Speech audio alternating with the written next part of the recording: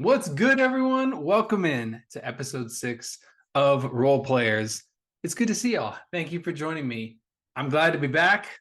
We've had a little hiatus from the show, if you haven't noticed. Been a crazy last couple weeks for me. Starting with an entire week in Las Vegas for a conference, and then one of my good friends' bachelor parties, and then a week of recovery from that week. Started a new job as well. We're going to get into that a little bit later. Kind of a new role at the organization that I'm currently at. So going to walk through that and just kind of give y'all a little sneak peek into my life. Because that's right. The guest for this episode is none other than yours truly. I thought it would be really good for those of you who have been listening to this podcast for the last few weeks, the last few months, just to get to know me and a little bit about the host behind the show, who I am, where I come from, and so that I could kind of give my insight into my career to those who are listening and those who are interested in a career in sports marketing and partnerships a little bit as well. Worked a little bit in events. So really excited to just be able to pass along some of my knowledge from my career. I had some episodes in the bank. I have a few that I recorded a couple weeks ago, but after this transition at the Suns, as I will reveal very shortly, I really thought, like, why don't I just kind of give a refresh to who I am and what I do. So without further ado, we're just going to hop right into it. No transitions today, just going to get right into it. So for the YouTube listeners, I'm just going to readjust my camera and show you that, yes, I'm wearing a Phoenix Mercury long sleeve because I have now taken a role at the Phoenix Mercury as the newest marketing manager. So I'm very excited about the role. I'm very excited about what I'm going to get to do in the position. The people that I've already been able to work with have been incredible. But before I get too far into that, I'm going to kind of just give you a background, and I'll start from the beginning and kind of move along just like I do with the rest of my guests. And then at the end, I'll, kind of wrap it up in the same way I do. So here we go. So hi, reintroducing myself, BJ Stillwell. I was born and raised in Sacramento, California, and it was there that my love of sports began. My dad came from Kansas to the Bay Area about 10, 15 years before I was born. Grew up watching Jayhawks basketball. When he moved to the Bay, he adopted the Golden State Warriors as his basketball team. So basketball was the big sport on in my house. He was also a huge Giants and Niners fan, so Bay Area sports became the sports Bible in my home. We watched every game for the Niners and for the Warriors when they were on TV, because in that market, the Kings were mostly on TV. So I grew up watching a lot of Kings basketball as well, but basketball and sports in general were just really big for me growing up. I played T-ball, not good at all. I played soccer. It was a drag and not fun for my parents either watching, I'm sure. But I played basketball in middle school and high school. Again, not the best, but I tried really, really hard. I was the 3-and-D guy, so I shot a lot of threes and I played defense the best that I could. And it was really in those moments of learning to play basketball, I learned about things like teamwork. I learned things about camaraderie and sportsmanship. And I really kind of dove into watching sports as well. And that included watching sports talk shows where I learned about, like, the business of sport and kind of the behind the scenes, the dollars that players make and the moves that go on behind the scenes. And I was really interested in that life and that world. I wanted to know more about what that was like and the people that went behind the scenes to make games happen, and the people that were behind the players' contracts, and the people that were behind the marketing deals that I would see on television and on social media. So when I got to college at Pepperdine University, I went to a really small Christian high school. So I didn't want to go to a huge college. So I chose Pepperdine, which was a faith-based, not Christian, but a faith-based school in Southern California, Malibu of all places, which was a huge culture shock for me coming from Northern California, because for those of you who know Northern versus Southern California, the culture could not be more different. The people there could not be more, I'm going to use a diplomatic word and say different as well. But but it was just different. It was a culture shock, even though it was at the same state. And I went to college and enjoyed my time immensely. But it really wasn't until I found the sports administration program that was newly offered at Pepperdine that I really kind of found like what I thought I wanted to do for the rest of my life and what I am now doing. So at that time, I didn't know what it was going to look like, but I knew that this is the path that I wanted to go down. There was a moment that I remember very specifically where I asked my dad, like just kind of getting his thoughts on what I can do, and he asked me what I wanted to do, and I told him, well, in a perfect world, I'd love to be a sports agent working on marketing campaigns for athletes. And he said, well, why you say you want to do that? Why don't you just do that? And I guess I didn't think that I could. There was a level of these are the 1%, these are the elite personnel that get to do these sorts of things. I guess I never thought of myself as that person. But after him saying of like, well, why don't you do that? Like, you're in a great position to do that. You should go for it. Little did I know the hard work and the dedication and the grind and the failure that it would take to actually get to that point. But it was that moment in college that he said that to me that I was like, okay, well, I guess I can do this. And it was many moments after that that reiterated that point to me.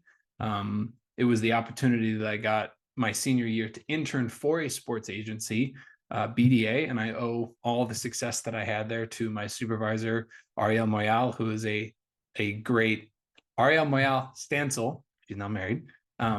She's wonderful, and she really took me under her wing. And not only did I learn a lot, but it was like the beginning to this whole journey that I'm on. I really didn't know anything about the sports industry like I thought I did, because it tends to be really cutthroat. It is true that it's very male dominated. The people in the front office look a lot like me, and while they don't think like me, they look like me, and it is truly difficult for women to rise in a business where the people making all the decisions on who actually get to that point are straight white men. It's very true. I don't think I'm saying anything too controversial by saying that, because if you're denying that that's how it's been, like, you really don't know.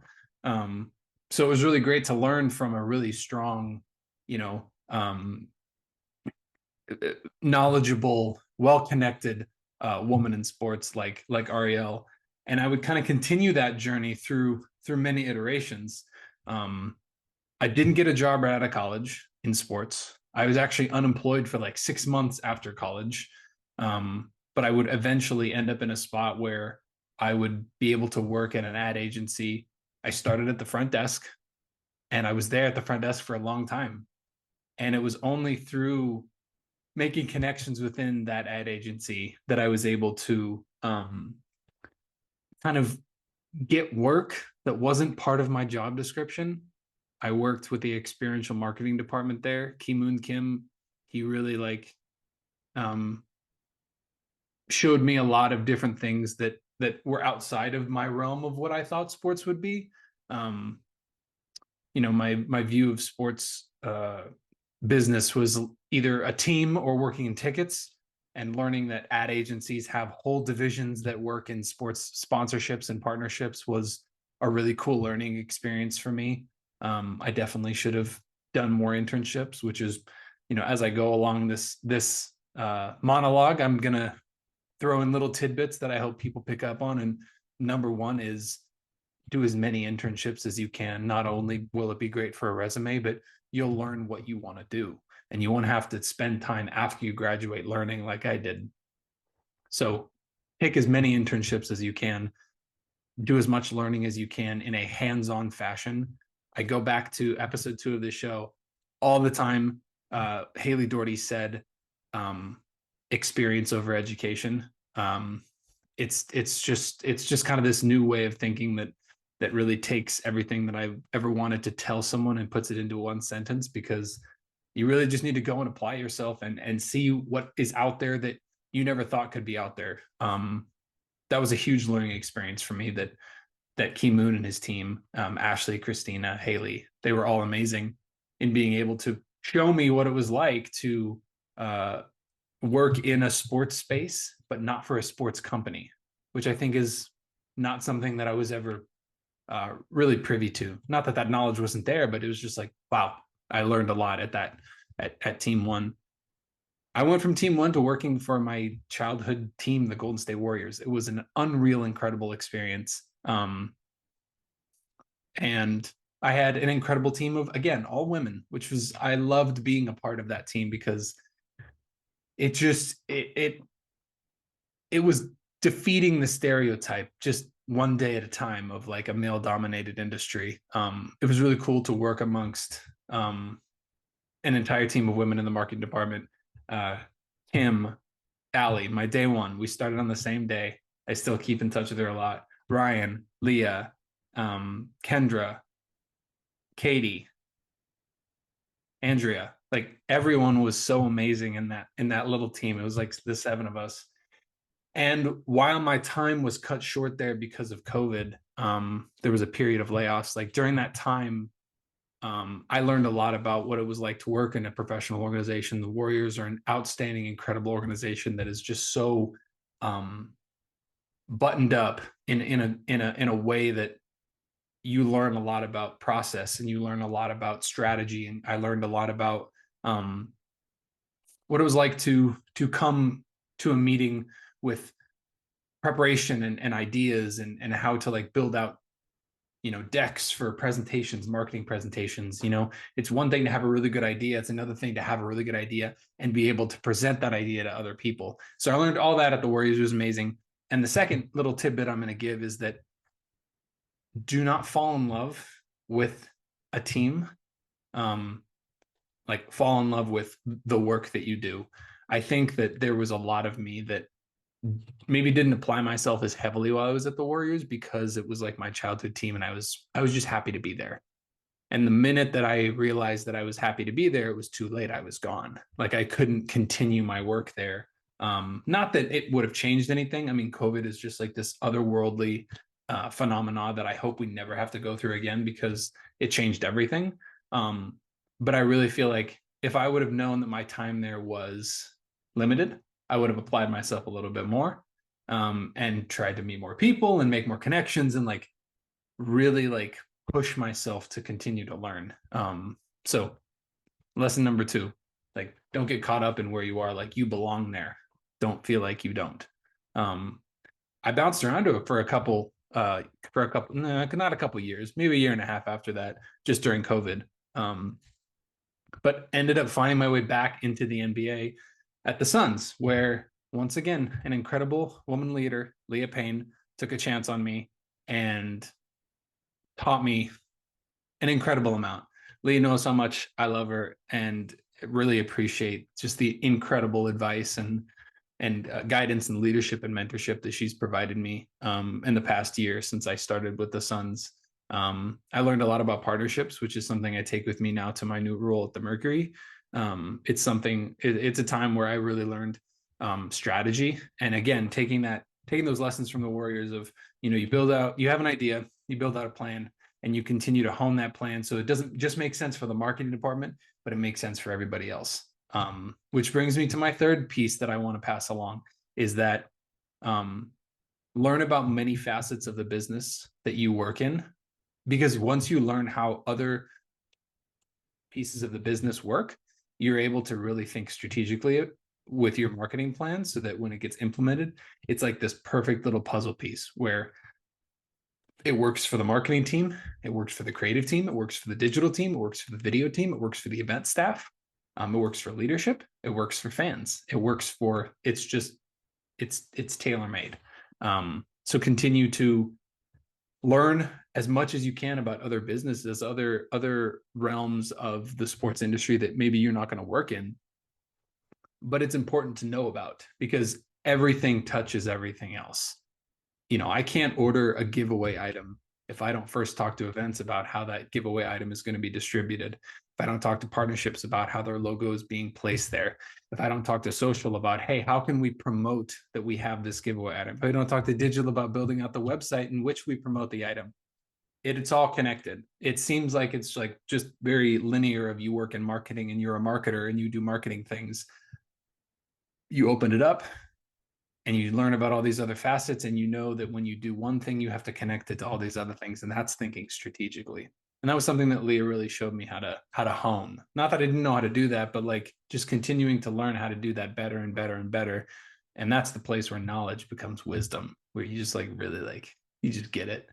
And that's where I'm at today. Is at the Suns, and as of 3 weeks ago, which has been one of the huge reasons why I haven't been able to record, because I've just been swamped with work and trying to learn things. I'm learning about ticketing, and I'm learning about ticket sales marketing, and I'm learning about the brand strategy of not only a team but a league that I feel like I haven't really been privy to, and that's on me. But tonight is the WNBA draft. I'm very excited to be able to watch my first WNBA draft and be able to feel like I'm a part of that. We got a couple picks. We'll be crazy, but it's gonna be great. We're very excited about this season and what we have going on. I'm going to do content. I mean, I feel like I'm in like a really good place, and I pass that along too, because that's piece of advice number 4. As we near the end of this long monologue, I promise, is don't pigeonhole yourself to one area of the business that you feel like when you are 22 that you will be at when you are 28, like I am now. I never ever thought that I was going to work in the WNBA. It wasn't anything against women's basketball. It was because my dream was always to work for the NBA in basketball. But when I go back to the things that I told my dad, is I want to work for an agency that does marketing for basketball. I am now working for a company, you can call the Suns or the Mercury an agency, where I am doing marketing for basketball. It is women's basketball, but it's basketball nonetheless. So if I had pigeonholed myself to one thing where I was just going to do this and this alone, I never would have had all these opportunities where I'm working for companies during the pandemic that, yes, it's 6 months here, it's 7 months there, but I'm learning about project management. I'm learning about partnerships. I'm learning about email marketing. I'm learning about all these processes and working with different tools and different companies that have put me in this place today, where I can now go forth and be the Mercury marketing manager in a way that no other Mercury marketing manager before me could have been, because they don't have the experience that I have. And I don't say that with, as a cocky individual. I say that with all the humility, because I'm only here because of all the people that have led me here, which is also my final point as I wrap up this podcast, because I really wanted to make it like short and sweet today. Women's sports is important. Women's sports is here. It is now. It is at the forefront of just an absolutely incredible rise in popularity, access. There's more media access. If you watched or heard about the statistics and the numbers that the NCAA women's tournament put up for the Final Four and national championship game, it's something that has never been seen before. I believe 9.9 million people tuned in to the Final Four. I'm sorry, it was like 4 and 5 million people tuned into the Final Four games, and 9.9 people tuned into the national championship game, which were numbers that weren't put up by several other professional men's leagues for either their entire season or their final series. TV shows, entire